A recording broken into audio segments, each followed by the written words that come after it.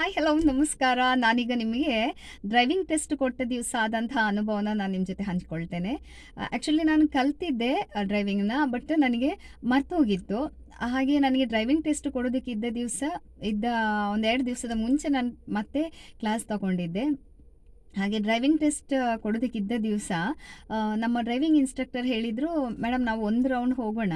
ಅಲ್ಲಿ ಹೋಗಿ ಒಂದು ರೌಂಡ್ ಇತ್ತು.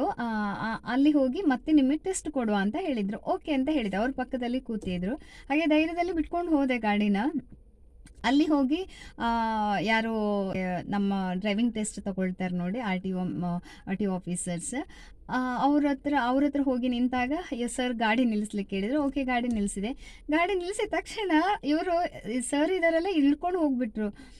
ಅಷ್ಟಕ್ಕೋಗೋ ಈ ಕಡೆ ಇದ್ದ ಆರ್.ಟಿ.ಒ ಆಫೀಸರ್ ಹೇಳಿದ್ರು, "ಮೇಡಮ್, ಗಾಡಿ ಸ್ಟಾರ್ಟ್ ಮಾಡಿ" ಅಂತ. ನಾನು ಫುಲ್ ಕನ್ಫ್ಯೂಷನ್. ನನಗೆ ಏನು ಮಾಡ್ಬೇಕು ಗೊತ್ತಾಗ್ತಾ ಇಲ್ಲ. ಗಾಡಿ ಸ್ಟಾಪ್ ಇದೆ. ಅಂದರೆ ಒಂದು ಕ್ಷಣಕ್ಕೆ ಭಯ ಆಯಿತು ನನಗೆ. ಅಯ್ಯೋ, ಇಲ್ಲದಿದ್ದರೆ ಸರ್ ಪಕ್ಕದಲ್ಲಿ ಕೂತ್ಕೊಳ್ತಾ ಇದ್ರು.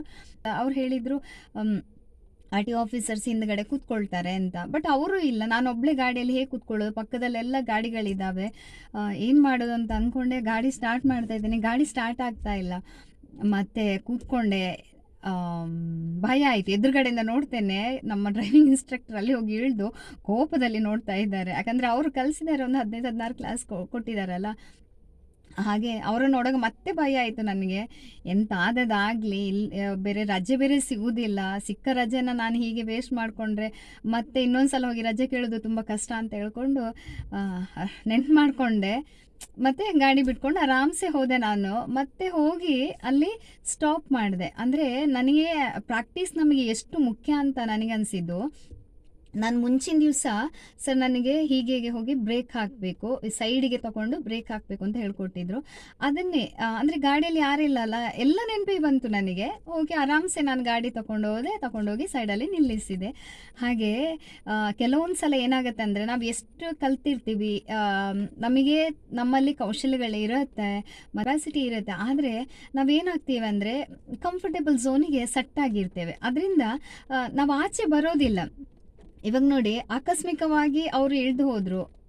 ಓಕೆ, ಆಗ ನನಗೆ ಕಲ್ತಿದ್ದಕ್ಕೆ ನನಗೆ ಒಂದು ನನ್ನಲ್ಲಿದ್ದಂತಹ ಜಾಗೃತ ಭಾವ ಎಚ್ಚೆತ್ಕೊಳ್ತು. ಅಲ್ಲಿ ಅಷ್ಟು ಗಾಡಿಗಳಿದ್ರೂ ಕೂಡ ನಾನು ಆರಾಮ್ಸೆ ಡ್ರೈವಿಂಗ್ ಮಾಡ್ಕೊಂಡು ಹೋದೆ, ಕರ್ವ್ ತಗೊಂಡೆ, ಬ್ರೇಕ್ ಹಾಕಿ ನಿಲ್ಲಿಸಿದೆ. ಓಕೆ, ಹಾಗೆ ನಾವು ಯಾವತ್ತೂ ಕೂಡ ಹೆದರಬಾರ್ದು. ಹೆದರಿದ್ರೆ ಎಲ್ಲನೂ ಮರ್ತೋಗುತ್ತೆ.